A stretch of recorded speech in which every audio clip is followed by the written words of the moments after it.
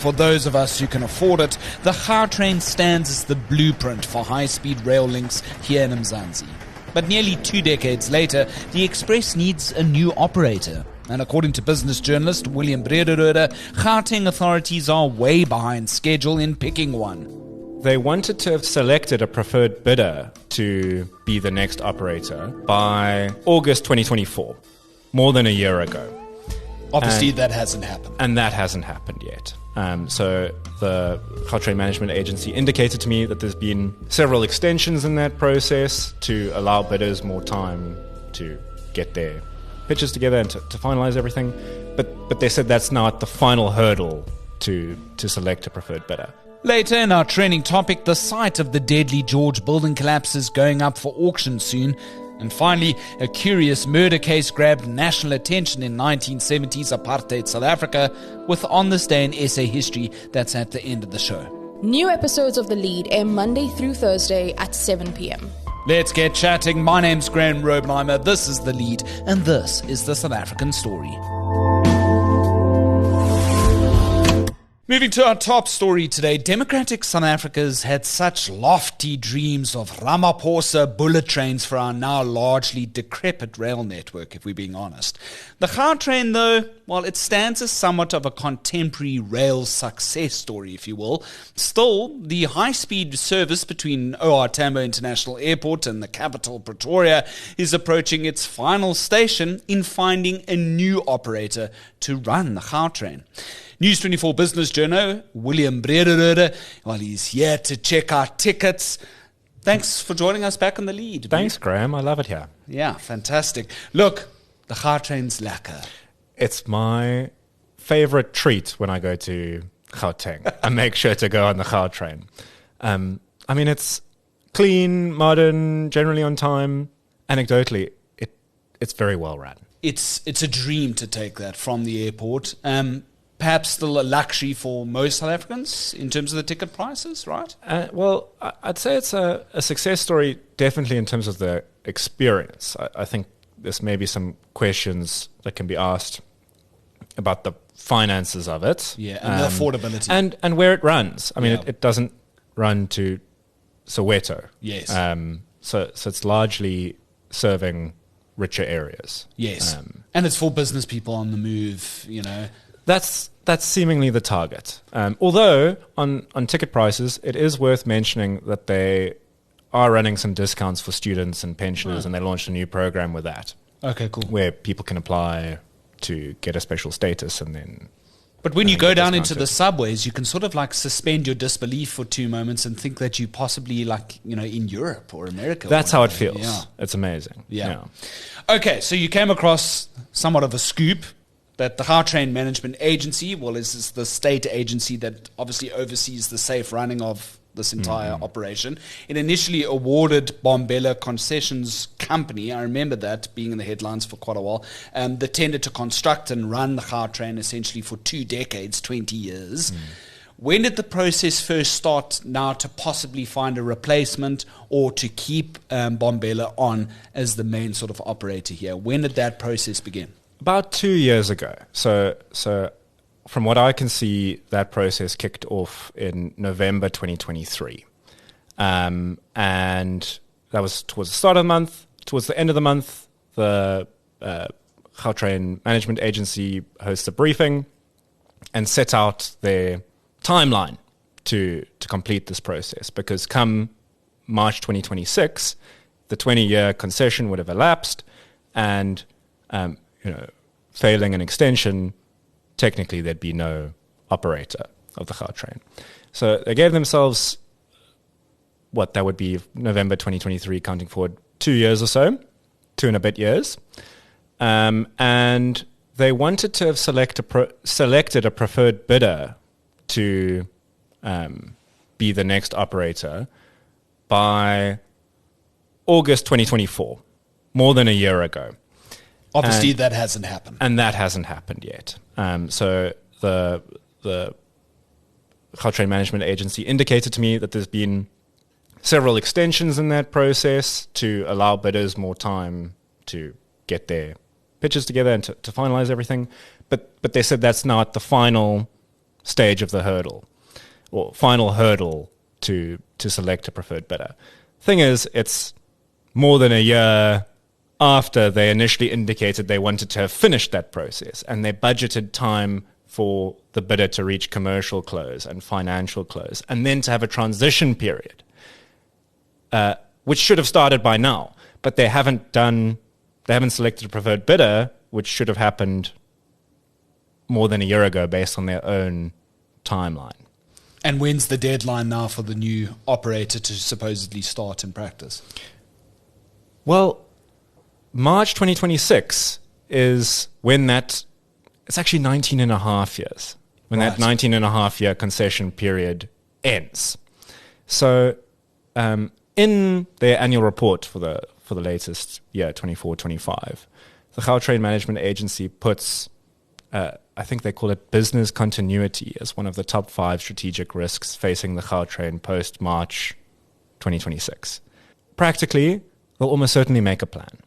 Whether they somehow manage to appoint a preferred bidder before March or offer an extension to the current operator, there's more than likely going to be some sort of an arrangement made. But did they give you any sort of indication as to whether or not they would allow Bombela that grace period if they haven't found a new preferred bidder for them to possibly continue to run the Gautrain in this interim period, as sometimes these things do end up being? I asked the question and it was not directly answered whether an extension would be considered.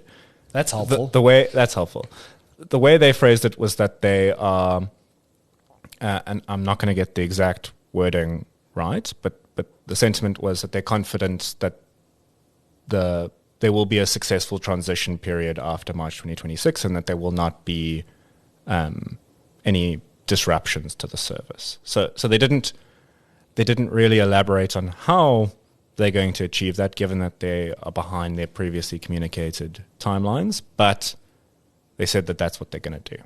But there's no other smoke here to indicate that the process is not running on track. It's a matter of they said they would have selected a preferred bidder to run the Gautrain by August 2024.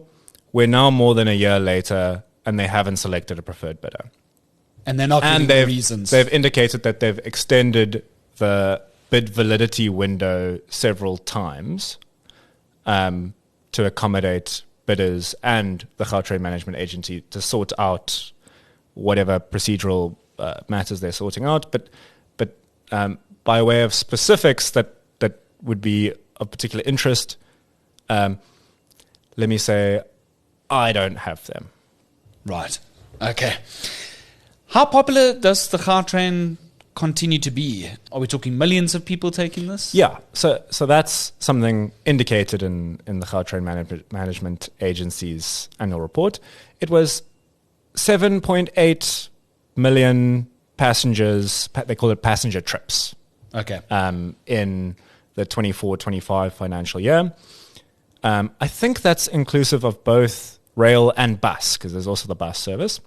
And that was slightly down on last year, but negligible. So that's basically the level it has hit for the last 2 years. It's not blowing the lights out. It's not blowing the lights out. And it's far below what they imagined it would be doing. Because I think the PRASA figures for the passenger rail agency within the various metro nodes, is a good indicator of, the amount of trips that they do. That's but it's true. not a fair comparison. It's not a fair comparison because PRASA is obviously national. But PRASA did 77 million passengers in 24-25. So, circa 10 times more. The reason why we know that the Gautrain wouldn't be particularly happy with this amount of passengers, or it's certainly not what they envisaged when they launched the service, is that as part of the concession agreement, there was a state-subsidized amount, right? Is that what you're alluding to? Yes. It's called a patronage guarantee. It's a nice way of putting it. A patronage guarantee, which essentially says to the concessionaire, being the Bombela concession company, that if you don't hit certain revenue and passenger targets, we will make up the difference in terms of revenue. Meaning that when we make the investment to build this thing, we know that we will get a return on it, because even if the passengers don't come, the money will, because the government will make up the shortfall. Right. And in 2024-25, that the patronage guarantee payment was 3 billion rand. It's a lot. That's a lot. And I went through the exercise of, if you take 7.8 million passenger trips, and the fact that the company was paid 3 billion rand in a patronage guarantee, it means that for every passenger trip, the government was essentially subsidizing that to the value of 380 rand. Wow.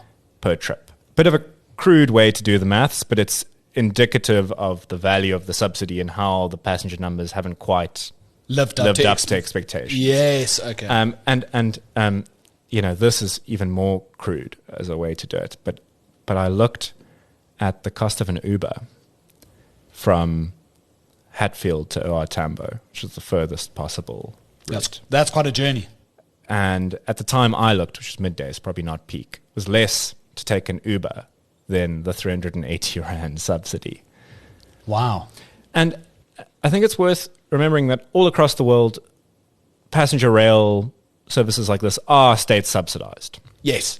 This is not... Yes, there's a move now in the UK, especially because it's so privatized, to move it back actually to a public-private sort of deal where the government has a bit more stake in it. It's funny because it's kind of like the other side of the coin to a certain respect. And there's a lot of complaints in the UK as well, just to quickly add to your point, of prices just being too high for what you get.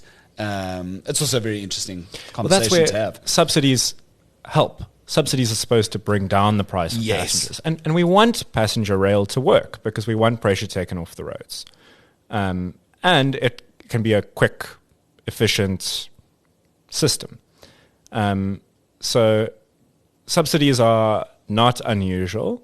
Okay, and yet the Transport Ministry, William, did you see this headline? Now wants to, or it's put out an RFI, which is a request for market information, whether or not there's an appetite or any potential role players that would be able to assist in the realizing of a Ramaphosa administration deal under Barbara Creesy's ministerial leadership as to whether or not there could be a high-speed rail link between Durban and Johannesburg. Imagine that. I would love that. Yes, and I it's your neck of the woods. It's my neck of the woods, and I suppose it wouldn't. They're collecting information at this point on the viability of it. So I suppose we'll have to wait and see what that assessment shows. Yes, and then there's a tender process, and then another 10 years to construct the thing. And so long-term thinking on that one, I suppose. Right, and obviously, if it's taking so long for us to find a potential replacement for Bombela in the case of Gautrain, it leaves a lot to be desired. Exactly. And then I suppose it makes you think, how many companies are there with the sort of expertise which can participate in a project like that? Especially local companies. Yes, my thinking was that as well. Because if PRAS has had the monopoly on rail operation in this country for the longest time, how many other local companies, as you say, really have the expertise to do this sort of thing, right? I'm sure that sort of process is something which will reveal that. And the Gautrain, the selection of the next operator. I mean, at this stage, I don't know how many other bidders there were for the project. We don't know. The current operator has put in a bid to carry on, but as part of a consortium, so not as itself again, as part of a wider consortium with more partners. And I don't know how many other bidders there are.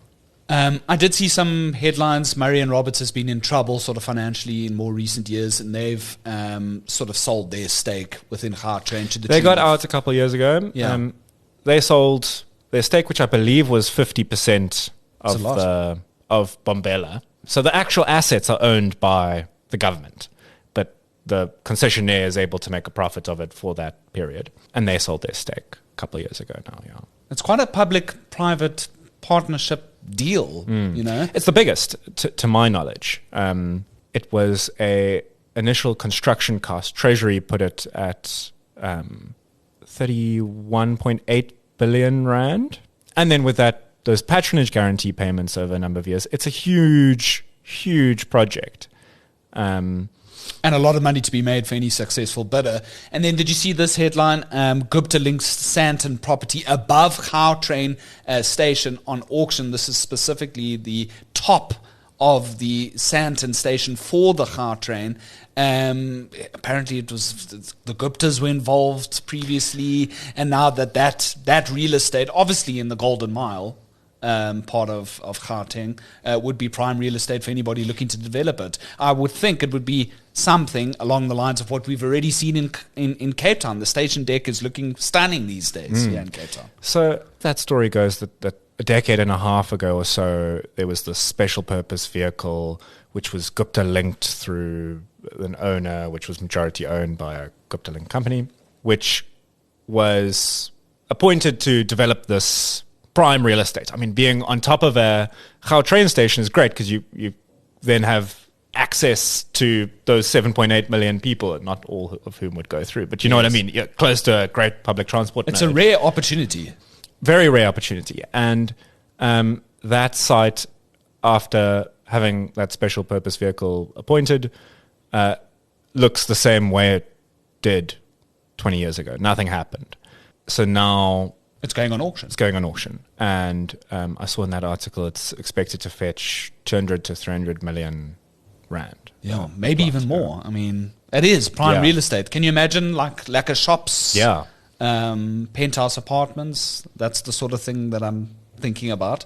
Apparently it's got there's a broad range of things they can do. So from a zoning perspective, there's options. We don't know what will be there yet, but certainly an attractive offer for the Yeah, market. our colleague, you sit next to him, Jan. Jan Krinier, he's always got. I think you two are in competition for all these beautiful business. Well, news yesterday stories. we certainly were. 2 Gautrain stories. The story goes that Cedar Park Properties, which was linked to the Guptas, won a tender to develop the site but built nothing, and then it was later liquidated around 2020. Obviously, the COVID-19 pandemic happened. From a news reporting perspective, more obscure stories like these would kind of fall by the wayside, and then it's sort of been brought up again recently. But yeah, prime real estate there, of course. Prasa, okay. Going back to rail, as we know it in South Africa today, I mean, yes, it's slowly going back to those old numbers of the number of passengers that are taking trains, metro rail trains. It's great to see the blue trains out and about, specifically in Cape Town. We see more stations are being opened up because they're being refurbished. But, you know, I said it right at the beginning, rail in this country remains largely dilapidated in terms of those old corridors up and down the country. And my local train station, De Grendel, here in the northern suburbs, is still, there's bricks lying everywhere. There's 1 or 2 security guards looking after things. But it hasn't been refurbished, and I can't take a train to town as much as I'd like to. Ideas of having a high-speed rail network between Durban and Joburg, it's a lofty dream when we're not getting those other fundamentals correct. Prasa is one of those. So I covered their annual report a month or 2 ago now. And it was hollowed out through the state capture period. Yeah. COVID-19. And then sort of hollowed out and then finished off by the pandemic. And for the first time in this annual report, you were seeing something of a passenger volume. Recovery is too grandiose because it might have doubled year on year, but I think that story went on to say that it was down 85% on the decade. So it was something like 600 million passenger trips happening a decade ago, and it's now down to 76, I believe it was, around 80, which shows that passenger rail was hollowed out. The other thing to note with Prasa is you can see through that state capture period that Prasa was spending a tiny fraction of its capital budget, which meant that the infrastructure was rotting. And there's also been a positive trend in that respect, where capital expenditure has been increasing steadily year on year for the last couple of years. So such an important part of our transport mix is passenger rail. I mean, it takes people off the road and offers often a cheaper and reliable service to people. It's been gutted. It's been gutted in South Africa. And there are very early signs that there might be something of a recovery at PRASA based on passenger volumes, which is too early to really call a success, but is perhaps a positive indicator. And then did you see, of course, we've been reporting on it through our investigations team, the old yellow trains that PRASA was utilised are being refurbished and sort of just being left in our dock stations just to sort of resume being decayed again. That's the concerning part of the capital expenditure numbers going up, is you want that capital to be spent on productive assets, not assets that we've got no intention of using. Right. And then I saw some interesting comments just under the News 24 comment sections, just in general. We should be reselling these old yellow and grey trains that are now being refurbished instead of letting them to rot again, sending them to other African countries. Why can't Zimbabwe use them? Why can't Botswana use them? Well, make sure that the tracks are the right size.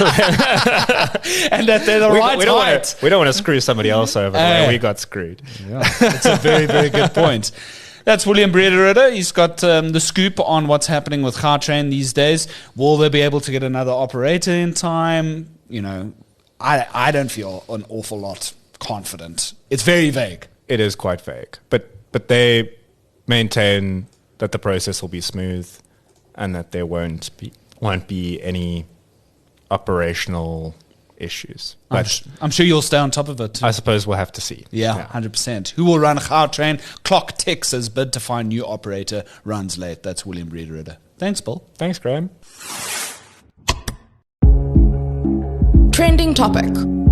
Shifting gears to our trending topic, and 34 people died. But now the Victoria Street property, upon which the notorious and deadly George residential building collapse had happened, is soon going up for auction. News 24's confirmed the 1,200 square metre land, which was previously zoned for flats in the city CBD, will now go under the hammer later in November. The opening bidder's registration fee is around 50,000 rand. It is believed that the land's value, though, is only around 12 million, but may sell for half that figure, with George Council indicating to us that while it's a private sale, any new building plans there would have to be resubmitted for scrutiny. The 2024 building collapse was quote-unquote entirely preventable, according to Public Works Minister Dean McPherson. Investigations reveal that key tests were simply not conducted during the construction phase, yet to this day, no one's been criminally charged as yet. What say you? Is this auction coming too soon? Drop us a voice note on 072 562 3179. You're listening to the latest edition of The Lead on News 24 with Graeme Rowenheimer. If you've got an opinion on what you've heard so far, drop us a short voice note on our WhatsApp hotline. That's 072 562 3179. And finally, time now for On This Day in South African History, the 4th of November 1974. 19-year-old Marlene Lenberg hired Martinus Chuchu to help murder Susanna van der Linde, as the wife of a man with whom Lenberg had been having an affair. The pair attacked and fatally stabbed Mrs. van der Linde in Cape Town. Both were convicted of murder the following year in 1975. Lenberg received 20 years and Chuchu 15. The case at the time drew national attention not only for its brutality, but also because it was one of the first in apartheid South Africa to, as it was described then, involve cross-racial criminal collaboration. That's On This Day in History, the 4th of November 1974, courtesy South African History Online database. Before we end off, you may have seen the news that former US Vice President Dick Cheney has now died at the age of 84. Fun fact about the late Vice President is that he and Barack Obama are in fact distant cousins, specifically eighth cousins.